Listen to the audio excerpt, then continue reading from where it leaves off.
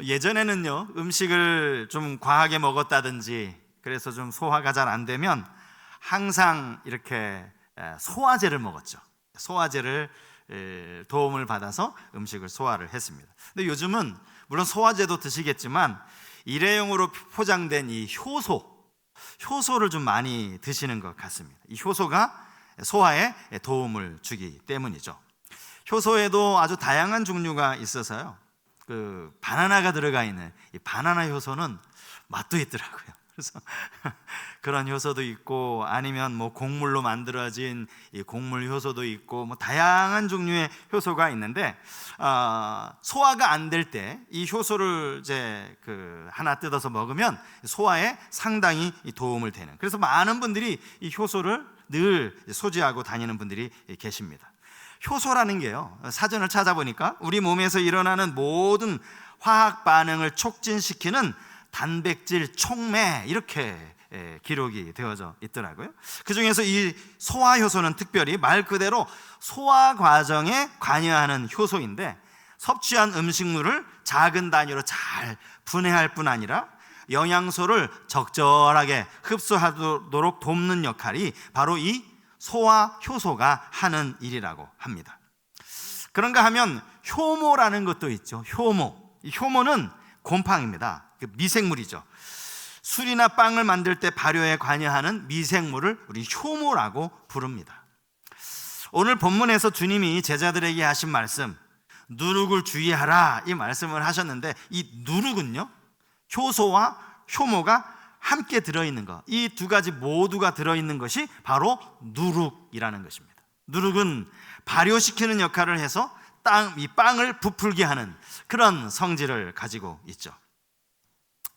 오늘은 예수님이 이 누룩을 주의하라, 이 말씀을 가지고 좀 은혜를 나누기를 원하는데요, 예수님께서 이 누룩의 성질을 가지고 교훈하신 말씀이 오늘 본문 말고 마태복음에 또 한 번 나옵니다.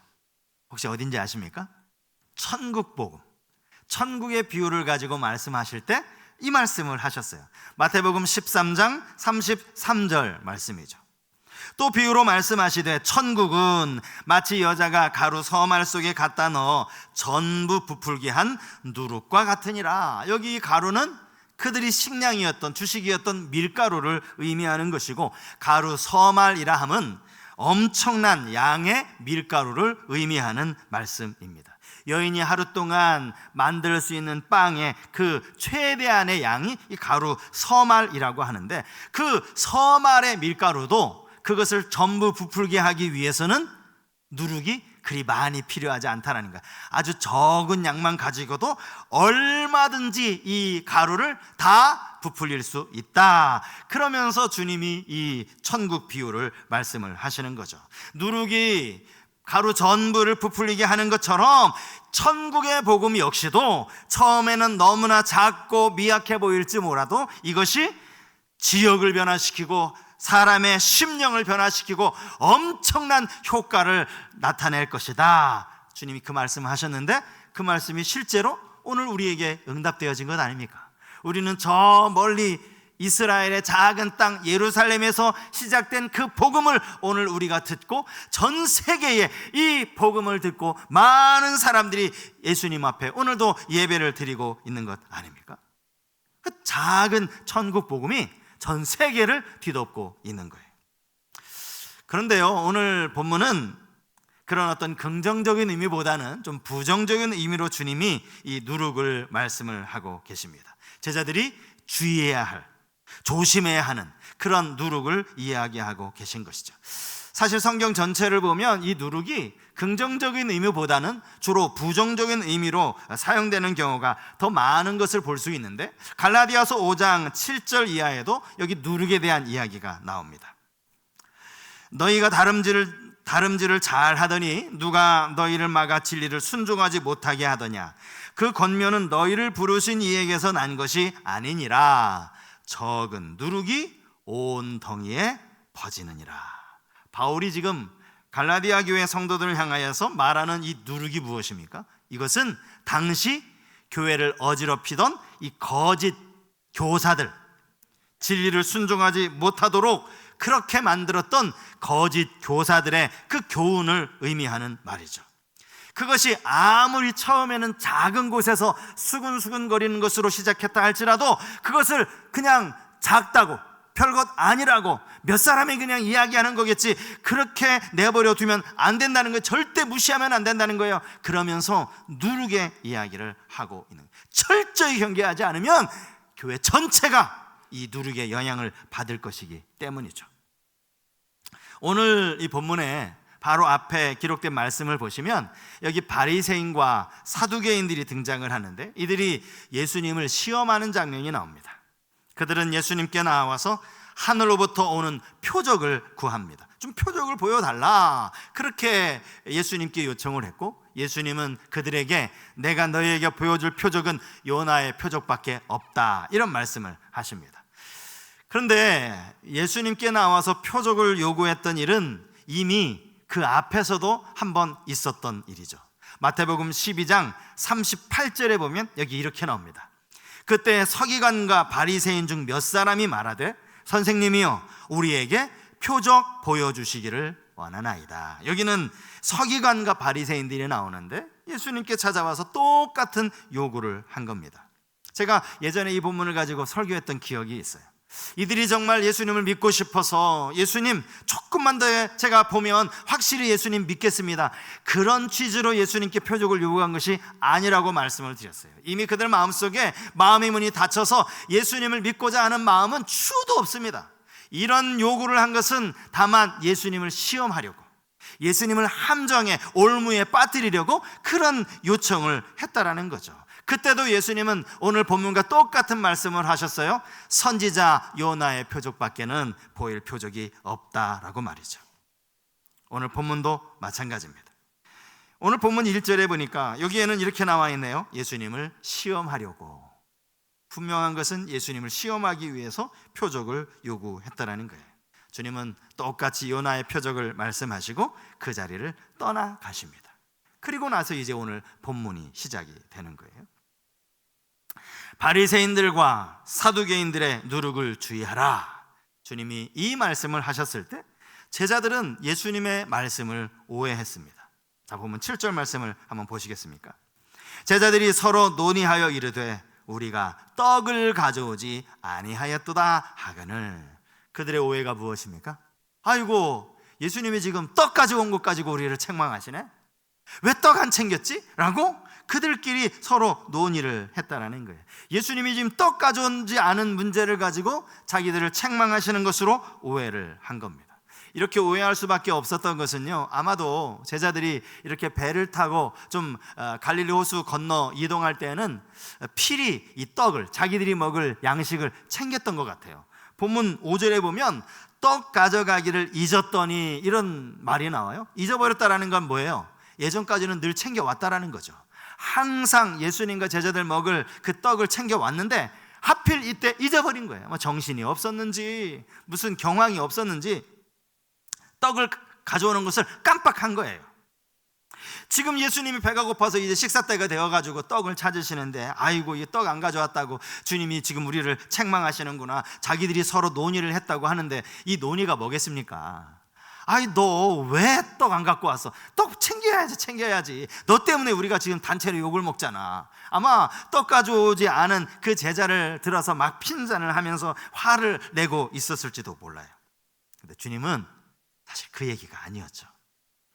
당신이 하신 말씀이 떡 이야기가 아니라고 주님 분명히 말씀하시면서 오히려 제자들을 책망하십니다.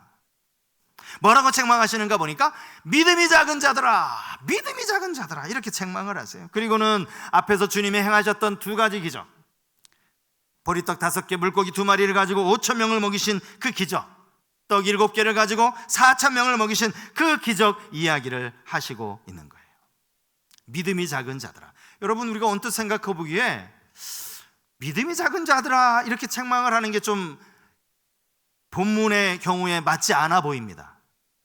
너 왜 그것을 칠칠맞게 못 챙겼니? 그렇게 말을 하든지, 너에게 왜 지혜가 없니? 라고 말해야 하셨을 것 같은데, 믿음이 작니? 믿음이 작다라고 이야기를 하는 거예요. 믿음이? 이게 믿음과 무슨 상관이 있습니까? 제자들이 지금 지혜가 부족하다고 책망하신 것이 아니라 믿음이 작다라고 책망하신 그 이유는 떡 문제에 대한 믿음이었기 때문입니다. 주님은 분명히 놀라운 방법으로 2번씩이나 떡 문제를 해결해 주셨지만 그들 마음속에는 여전히 이 떡 문제에 매여 있었다라는 거죠. 떡 문제를 가지고 고민하고 있었다라는 거예요. 심지어 2번의 이적 가운데 그들이 그냥 배불리 먹고 몇 광주를 남는 그런 표적을 보았음에도 불구하고 그들은 여전히 이렇게 떡 문제를 가지고 고민하고 있다는 거예요. 더 깊은 차원으로 나아가지를 못하고 여전히 떡 어디 가서 떡 있어야 되는데 이 떡 문제에 매여 있다는 거예요. 그러니 주님이 말씀하시는 권면의 의미를 깨닫지 못하는 것이죠. 여러분, 예수를 오래 믿어서 그리고 그동안 하나님 앞에 기도하면서 하나님의 은혜 가운데 우리의 삶에 베풀어 주신 그 놀라운 응답들이 얼마나 많이 있습니까? 예수 믿고 하나님께 받은 은혜가 얼마나 많습니까? 크신 선물이 얼마나 많아요. 그럼에도 불구하고 우리는 여전히 이 떡 문제 앞에 매여 있지는 않습니까? 무엇을 먹을까? 무엇을 입을까? 주님은 아무 염려하지 말라라고 분명히 말씀하셨음에도 불구하고 우리는 당장 오늘 무엇을 먹어야 되지? 이 먹는 문제를 가지고 매여 있지 않느냐라는 거예요. 너희는 그의 나라와 그의 의를 구하라 주님 말씀하셨음에도 불구하고 아이고 주님 아직 이 떡 문제가 해결이 안 돼가지고 이 떡을 먹어야 되는데 떡을 여전히 떡 문제에 매여 있지는 않은지 우리 자신 한번 돌아보자라는 거예요. 여러분 어떻습니까? 신앙생활을 그만큼 오래 하셨음에도 불구하고 여전히 내 눈앞에 놓여있는 그 돈 문제, 물질의 문제 여기에 매여있지는 않습니까? 더 그의 나라와 그의 의를 구하기려는 생각보다 당장 내가 먹을 떡 이것만 생각하고 있지는 않느냐고. 주님이 정말 하고 싶으셨던 이야기는 떡 이야기가 아니라 누룩 이야기죠. 본문 12절에 주님이 그렇게 책망을 하고 나서야 제자들이 예수님이 하신 말씀이 이 누룩, 바로 교훈 이야기라는 사실을 그들이 깨달았다 기록하고 있습니다. 누룩은 바리새인과 사두개인들의 교훈이었습니다. 왜 교훈을 누룩에 비유하셨을까요? 우리가 그 이유도 한번 생각해 볼 필요가 있습니다. 그들이 가르쳤던 그 교훈, 이것이 누룩과 같이 아주 빠른 속도로 퍼져나갈 것이기 때문입니다. 처음에는 시시해 보일지도 몰라요. 하지만 시간이 지나면서 사람들 마음속에 그들의 거짓 교훈이 마음을 차지하게 될 것이고 그들의 마음을 파고들게 될 것이고 더 많은 사람들에게 누룩처럼 번질 것이기 때문에 그들의 교훈을 누룩이라고 말씀을 하신 거예요. 절대 가볍게 여겨서는 안 된다라는 것이죠. 그럼 오늘 우리가 이 누룩을 한번 살펴보려고 해요. 바리새인의 누룩이 무엇인지, 또 사두개인의 누룩, 교훈이 무엇인지 이것들을 우리가 한번 생각해 보려고 합니다. 제가 이것을 둘로 좀 구분해서 생각해 보려고 하는 것은요, 사실 바리새인과 사두개인들은 서로 생각하는 바가 달랐기 때문입니다. 성경에 보면 늘 항상 바리새인 옆에는 누가 따라다녔어요? 사두개인 말고 서기관들. 바리새인과 서기관들이 따라다녔죠. 이 사두개인들이 따라다닌 적은 성경에 거의 없어요. 왜냐하면 바리새인과 사두개인은 서로 주장하는 바, 믿는 바가 달랐기 때문에 성경에 보면 두 사람이 서로 충돌을 일으키는 장면도 여러 곳에서 발견할 수 있기 때문입니다. 그래서 예수님도 이것을 그냥 뭉뚱그려서 하나의 누룩으로 말씀하신 것이 아니라 바리새인의 누룩이 있고 사두개인의 누룩이 있다, 그런 의미로 말씀을 하신 거예요. 먼저 그러면 바리새인의 누룩이 무엇일까? 바리새인의 누룩, 그것은요 한마디로 형식적인 율법주의라고 할 수 있습니다. 주님이 이들을 책망하실 때마다 자주 하셨던 말씀이 있어요. 그게 뭡니까? 외식하는 서기관들과 바리새인들이요. 외식하는, 그들은 사람들에게 보여주는 것을 중요하게 여겼다라는 거예요. 주님이 왜 그들을 가리켜서 회칠한 무덤 같다라고 말씀하십니까? 회칠한 무덤은 겉으로 보면 아주 깨끗하고 아주 아름답고 아주 그 안의 것을 전혀 볼 수 없기 때문에 심지어 아름답게 보일 수 있거든요. 하지만 그 안에는 사람이 썩어서 그 시체 썩는 냄새가 진동을 하는 것이죠. 회칠한 무덤이 바로 그와 같다는, 외식이 바로 그와 같다는 것이죠. 이들은 기도할 때에도 회당과 큰 길 모퉁이에서 기도하는 것을 좋아했다라고 나옵니다. 기도의 목적이 달랐기 때문이죠. 기도의 목적이 그들은 하나님께 자신의 어떤 간절한 소망을 아뢰는 것이 아니라 사람들에게 기도하는 모습을 보여주는 것이었어요. 내가 지금 기도하고 있고 내가 이렇게 열심히 하루에 3번씩 기도하고 있다는 것을 많은 사람들에게 보여주는 것, 그래서 사람들이 알아주고 사람들이 인정해 주는 것, 이것이 기도의 목적이었어요. 그러니까 길 모퉁이에서 기도하는 거죠. 회당에서 기도하는 것 아닙니까? 주님은 그들을 향하여서 그들은 자기 상을 이미 받았다, 이런 말씀을 하십니다. 가만히 생각해 보면 이 말씀은요, 사실은 저주의 말씀이나 진배 없어요. 왜냐하면 기도라는 게 여러분 뭡니까? 기도가 나의 연약함, 나의 한계, 나의 부족함, 나의 무능을 알기 때문에 전능하신 하나님, 제발 이것 좀 도와주십시오, 하나님의 능력으로 이 일을 이루어 주십시오 라고 하나님의 도우심을 구하고 하나님의 응답을 구하는 게 기도 아닙니까? 때로 우리가 하나님께 예스라는 응답을 받기도 하지만 때로는 노, 너 기도 수정해야 돼 라는 그런 응답을 받기도 해요. 그러나 그것도 응답이에요. 기도는 하나님께 드리는 것이고 하나님으로부터 응답을 기대하고 기도하는 거예요. 자기 상을 받았다라는 이 말은요, 이제 너희 기도가 이 땅에서 상을 받았기 때문에 하나님과는 상관없어, 그 말이에요. 어떤 기도를 하든 그 기도가 사람들에게 칭송을 받고 사람들에게 인정을 받았으니 하나님과 상관없다. 얼마나 무서운 말입니까? 사람의 영광을 바라는 것이요, 진짜 위험한 것 같아요. 그래서 예전에 오카노 목사님 살아계실 때 이런 말씀을 하셨다고 제가 전해 들은 적이 있습니다. 당신이 교회를 건강하게, 사랑의 교회가 얼마나 건강한 교회로 세워졌습니까? 그리고 목사님의 목회가 참 많은 사람들에게 또 도전이 되고, 그래서 많은 분들이 이 옥 목사님을 막 칭송을 하고 목사님 대단하다고 막 존경을 하고, 그러니까 목사님이 걱정이 생겼다는 거예요.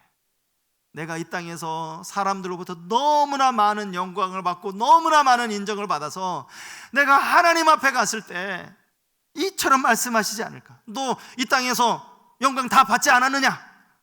이 말씀 하시지 않을까? 이게 고민이라는 그런 말씀을 하셨다라는 거예요. 여러분, 사람의 영광이라는 게 이게 얼마나 무서운 것인지 몰라요. 교회를 섬기며 교회에 주신 직분을 따라서 열심히 봉사하고 충성하는 거, 이건 당연한 일이죠. 최선을 다해야 하는 게 맞습니다. 그런데 그와 동시에 우리가 조심해야 될 게 있어요. 이게 이 일을 통해서, 이 섬김을 통해서 사람들이 나를 너무 지나치게 칭찬하지 않을까, 사람들이 나를 그냥 너무 높이 떠받들지 않을까, 이거 조심해야 된다고. 조심해야 된다. 바리새인들의 구제에 대해서도 주님이 뭐라고 말씀하셨는지 마태복음 6장 2절에 보면 주님이 이렇게 말씀하셔요. 그러므로 구제할 때 외식하는 자가 사람에게서 영광을 받으려고 회당과 거리에서 하는 것 같이 너희 앞에 나팔을 불지 말라. 진실로 너희에게 이르노니 그들은 자기 상을 이미 받았느니라. 여러분, 누구를 구제한다는 거, 이거 결코 쉽지 않은 일이에요. 여러분, 구제가 쉽습니까? 누군가를 구제하려면 내가 먹을 수 있는 떡을 반을 아껴두었다가 그 사람에게 주어야 하는 거예요. 내가 더 맛있는 거, 더 비싼 거, 더 좋은 것 먹을 수 있는데 그거 아껴다가 다른 사람에게 주는 거, 이게 구제 아닙니까? 예수님 당시뿐만 아니라 오늘 이 시대, 오늘이 현대가 더 어려울 것 같아요. 그럼 구제가 얼마나 어렵습니까? 그렇게 힘겹게 자신의 힘을 당해서 구제를 해놓고 나팔을 부는 거예요. 나팔을. 그런 자들에게 주님이 똑같이 말씀하시는 거예요. 너는 거기서 이미 네 상 받았어. 하늘의 상을 기대하지 마. 너는 이미 너의 상을 받은 거야. 그러니 여러분, 이 누룩이 얼마나 무서운 겁니까? 특별히 이 바리새인들의 그 외식, 이게 얼마나 무서운 거냐고요.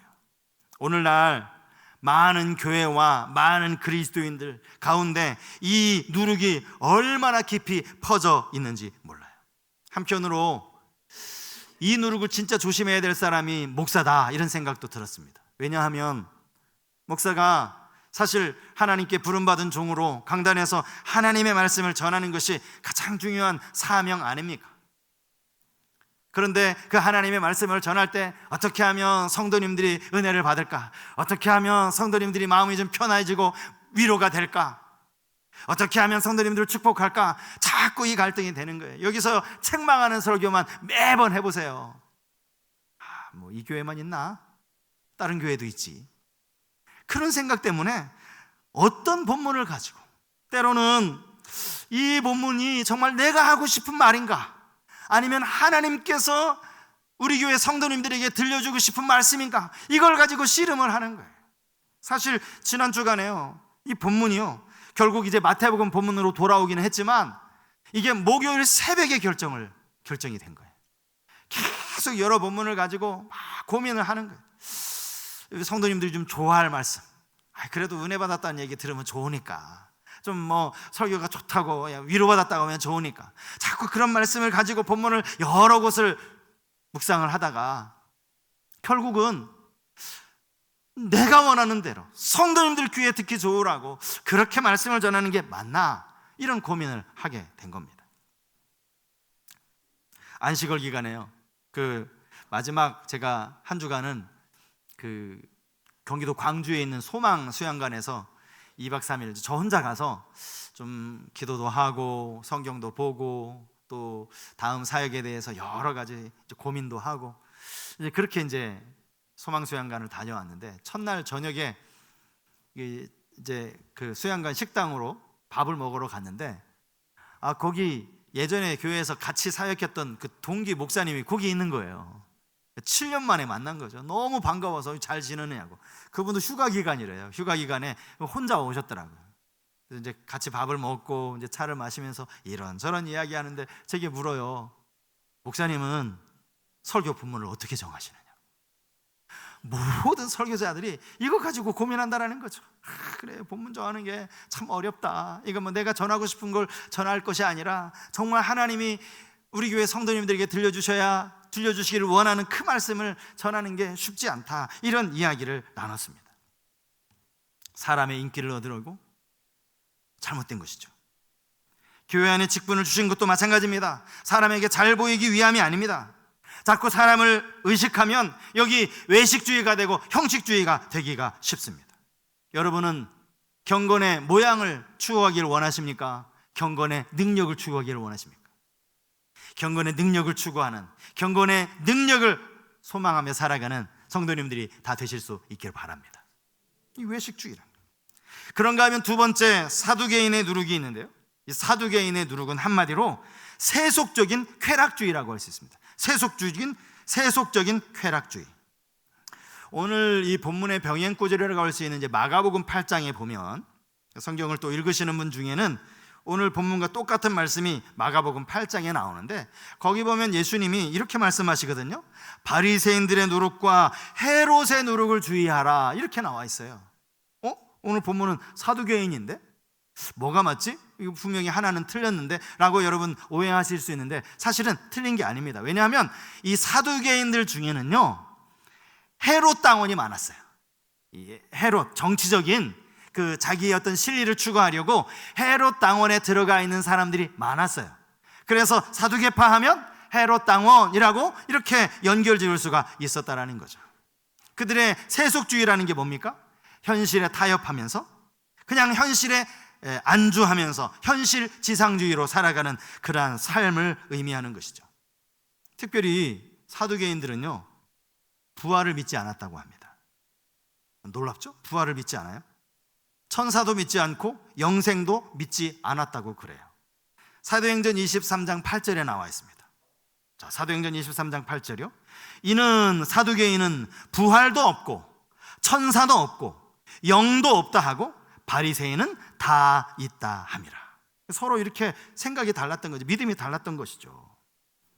이 말을 바꿔 말하면 사두개인들이야말로 철저한 현실주의자였다라는 것이죠. 여러분, 부활이 없다라고 생각해 보세요. 예수 그리스도가 부활하지 않았으면 우리도 부활하지 않습니다. 부활하지 않으면 영생도 없는 거예요. 천국도 없는 겁니다. 성경에 보면 우리 믿는 자들의 부활을 이때 언제 이루어진다라고 말씀하고 있습니까? 예수님 재림하실 때, 예수님 다시 오실 때 하나님의 나팔 소리, 나팔 불 때 나의 이름, 우리가 부르는 찬송이에요. 하나님의 나팔 소리와 함께 재림하실 때, 그때 그리스도 안에 죽은 자들이 먼저 일어나고, 이게 부활이에요. 이게 부활. 그런데 부활이 없다면 그 부활을 통해서 영원한 생명을 얻는 것도 없는 거죠. 이렇게 믿으면 이건 세속주의로 갈 수밖에 없는 거예요. 물질주의로 갈 수밖에 없는 거죠. 아니, 못하러 그렇게 살아. 죽으면 끝인데. 부활은 무슨 부활이야. 그냥 이 땅에서 어떻게든 잘 먹고 잘 사는 게 최고야. 그게 장땡이야. 이게 세속주의입니다. 세속주의. 이 세속주의가 얼마나 무서운지 몰라요? 그냥 믿는 거지. 그걸 믿음이라고 할 수 있을까 싶어요. 그냥 자기 마음대로 마음껏 인생 즐기며 살아가는 거예요. 이게 사두개인들의 누룩이었다라는 것입니다. 여러분, 우리가 최근에 사도신경, 이 신앙 고백을 바꿨잖아요. 세번역 사도신경으로 바꾸지 않았습니까? 아직 못 외우신 분들도 많죠. 사실 저도 아직 못 외웠습니다. 사실 외우지 않아도 돼요. 왜냐하면 이걸 꼭 외워서 눈 감고 해야 될 건 아니거든요. 이건 말 그대로 신앙 고백이기 때문에 우리가 눈을 똑바로 뜨고 구절 하나하나 자막을 보면서 하나하나 믿음으로 고백하듯이 그렇게 읽는 것이 훨씬 더 낫습니다. 이번에 새롭게 바뀌어진 이 세번역 사도신경에 보면 맨 마지막 문장에 이렇게 되어 있어요. 맨 마지막 문장, 몸의 부활과 영생을 믿습니다, 이렇게 기록하고 있어요. 그러니까 여러분, 예배 드리면서 우리는 끊임없이 이 고백을 하는 거예요. 나는 몸의 부활을 믿습니다. 나는 영원한 생명을 믿습니다. 우리가 이렇게 고백을 하고 있는 거죠. 옛날 사도신경에 보면 여기 부활이라는 단어 대신에 몸이 다시 사는 거, 이렇게 풀어서 고백을 했는데, 저는 부활이라는 단어를 아주 명확하게 써주는 게 훨씬 더 좋더라고요.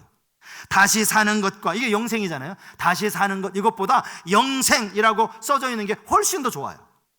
우리는 몸의 부활을 믿는 사람들이고 영생을 믿는 사람들 아닙니까? 이게 우리의 분명한 신앙 고백입니다.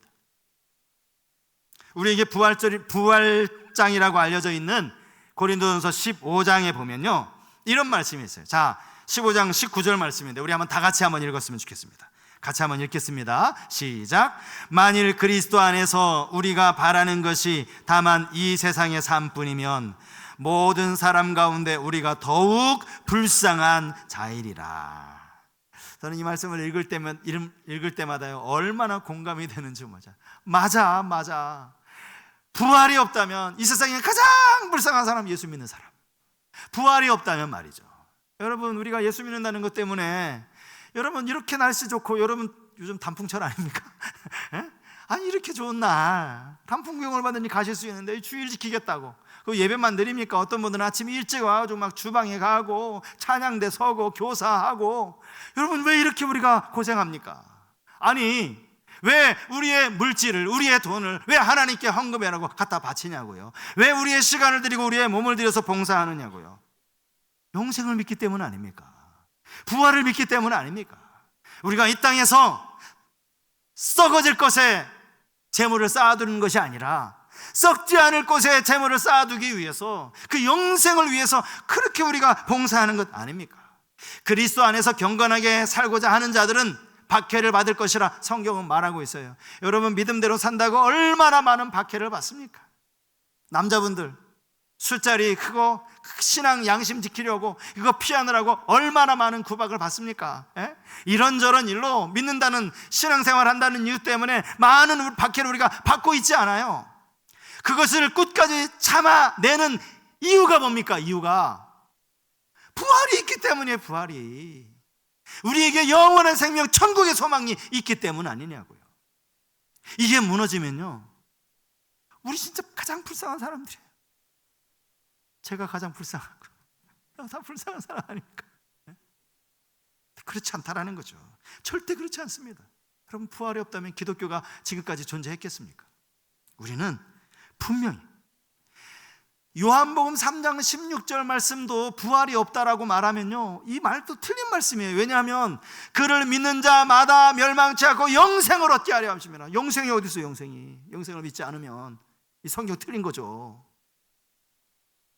그럼에도 불구하고요, 이런 세속주의의 유혹이 얼마나 우리 주위에 심한지 몰라요. 얼마나 심한지 몰라요. 세상에서 조금 더 좋은 차 타고 다니고 조금 더 넓은 아파트에 살고 그래도 좀 잘 나가는 그런 삶을 살아가는 게 부러워 보이기도 하고요, 유혹하기도 합니다. 오늘 주님이 뭐라고 말씀하세요? 사두개인의 누룩에 속지 마라, 주의하라, 분명히 말씀하고 계세요. 아니, 주의할 정도가 아닙니다. 이것을 철저하게 배격해야 됩니다. 이 세상에요, 대마와 같은 사람들이 얼마나 많은지 몰라요. 대마, 여러분 대마라고 아십니까? 성경에? 저는 성경에 나와 있는 인물 중에서 가장 불쌍한 사람 중에 한 사람이 대마라고 생각해요. 대마.